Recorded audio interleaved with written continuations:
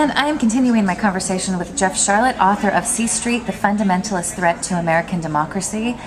And sorry about that last video that cut out. But Jeff, we were talking about the women of C Street. And you were saying that you want to make it clear Hillary Clinton is not a member of the family, but she does have connections to members of the family. Tell us about some of those.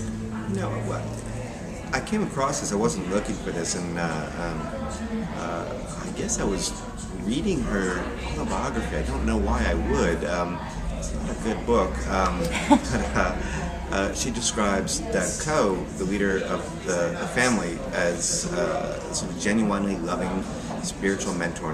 That's her phrase for this guy. I thought that was interesting. There's actually a picture in the photograph section of her down at their headquarters in Arlington at the Cedars, and they had arranged this all-women prayer group for her, comprised of conservative women, Jack Kemp's wife, Jim Baker's wife, Tony Hall, who was a conservative Democrat, his wife, Eileen Backey, who was a conservative charter school kind of activist, businesswoman, and they were sort of advising her on how to deal with being First Lady, how to deal with her husband's infidelity. They were some of the people who were saying, you know, stand by your man, stand by your man. She's actually thanked them for helping her do that. And, you know, that's her decision. But that was intriguing to me, and I wondered why she would be engaged in that. So I started working with another journalist named Kathryn, Joyce, and we spent a lot of time. Hillary wouldn't talk to us, but a lot of the people around her would. And you know, part of what we discovered was something I think was never really understood about her. She's a very religiously conservative person. You know, 2008, also very religiously literate, and comes from, but she's a Methodist. She's a Methodist who rejects the social justice tradition of Methodism very explicitly. She says, my tradition, in an interview with a Methodist publication, has become too engaged with that kind of thing. We need to get back to saving souls. And she says, I reject the social gospel. Social gospel is the sort of social justice strain of that religion. So, you know, I don't make the case that Hillary Clinton, we want to look at this as some kind of sinister plot or anything. It's really, to me, what's interesting there is have someone who's kind of a centrist figure, or a center-right, maybe kind of Democrat, in the ways in which fundamentalism can kind of reach into their lives, even though she's not a fundamentalist.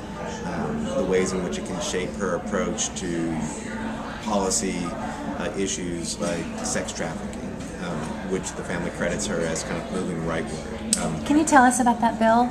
Yeah, this was, I came across this. I was talking to Chuck Colson, who is a Christian right leader, famous for being a kind of Watergate felon, and I was talking to him about Senator Sam Brownback from Kansas.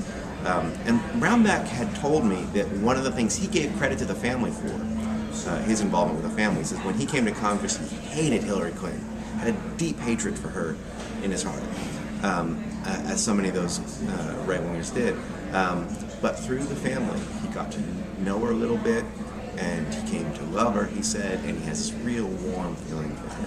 So I asked Chuck Colson about this, who was sort of Brownback's mentor, and he said, oh yes, it's just absolutely wonderful. One of the things she's really made so much progress on is on addressing sex trafficking. And what he meant was human trafficking, the much broader issue. Not sex trafficking is very important, but it's part of the whole, there's people being moved around and enslaved in all kinds of different ways.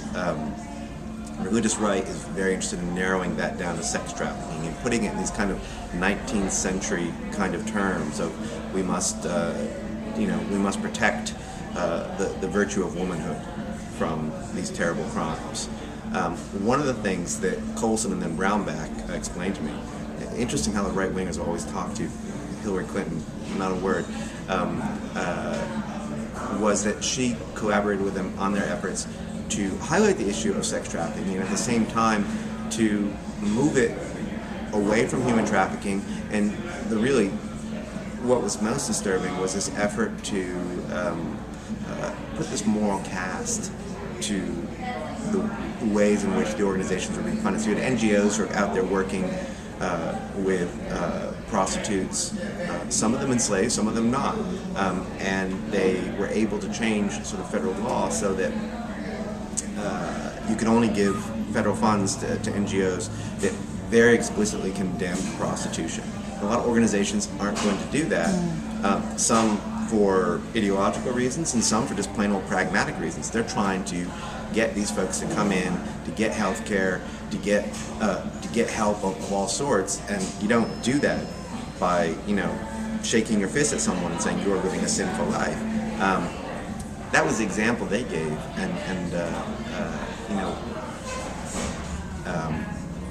as Kathryn Joyce and I kept on looking at this, one of the things Kathryn found that I thought was just really amazing, and this was just this spring in 2010. Hillary Clinton was the keynote speaker at the National Prayer Breakfast, the family's annual event, and she talked about how the organization helped her, and one of the things she said she had done through the organization was she had made contact with Mother Teresa, who was a speaker at the 1994 Prayer Breakfast, used it to condemn abortion as the greatest threat to peace in the world. And she reached out to Mother Teresa. Together they started an orphanage, and isn't this wonderful? Well, what Kathryn and I found out, and I should really say this is Kathryn's reporting, she went to the orphanage. It's not there. Mother Teresa flipped the property almost instantly. Hillary Clinton is still out there claiming it as a sort of third-way alternative to reproductive rights. The reality is, reproductive rights have been cut back and restricted, and their third way isn't there either. Mother Teresa's organization used it for profit. When Kathryn showed up, she found a big, beautiful house, beautiful property that Hillary Clinton had arranged for this. And Hillary knew this was not used. Nothing going on. She went to a neighbor, and the neighbor sort of glances down at her belly, and are you pregnant? Maybe you're coming here for help, and redirected her to the Mother Teresa's organization, which had moved to Washington. This was out in the suburbs. Moved to Washington. She goes over there. It's a tiny little office. Nuns won't let her in. She's buzzing. What do you want? What do you want? I mean, that's another story. How do you the racket of Mother Teresa. Explain this. That's been reported on. This isn't the only time that's happened. But what was interesting about that was Hillary Clinton sort of emphasizing again. That's what I'm talking about. That third way alternative to abortion. And you even see that in that kind of the way that sort of fundamentalism can influence centrist politics is always saying, look, the compromise you're going to make with us, if we keep pushing the spectrum rightward, is to say that you get into that language of reproductive rights are something. Well, we all agree that abortion is terrible, and we must do as much. We all agree, right? That's a real that's the fundamentalist move. That kind of squashing dissent under this phony consensus and wiping away the fact that we don't all agree. That many people say, look, no, abortion may be experienced by some as tragic, but as many others by not. And Clinton has remained a choice advocate, and that's great. But that language slips the spectrum ever right. But a lot of these choice advocates aren't fighting for it. No. At all. No. That was a sort of the tragedy of the Stupak-Pitts amendment that we talked about. Right. That family initiative to restrict abortion. Now it's slipping away state by state, the so-called Stupacking the states. Bart Stupak leaves Congress and people say, yay, victory, we chased him away. And meanwhile, it's gone. We're going to take a break. We'll continue talking about this in the next section. We're speaking with Jeff Sharlet, author of the excellent book, C Street, The Fundamentalist Threat to American Democracy.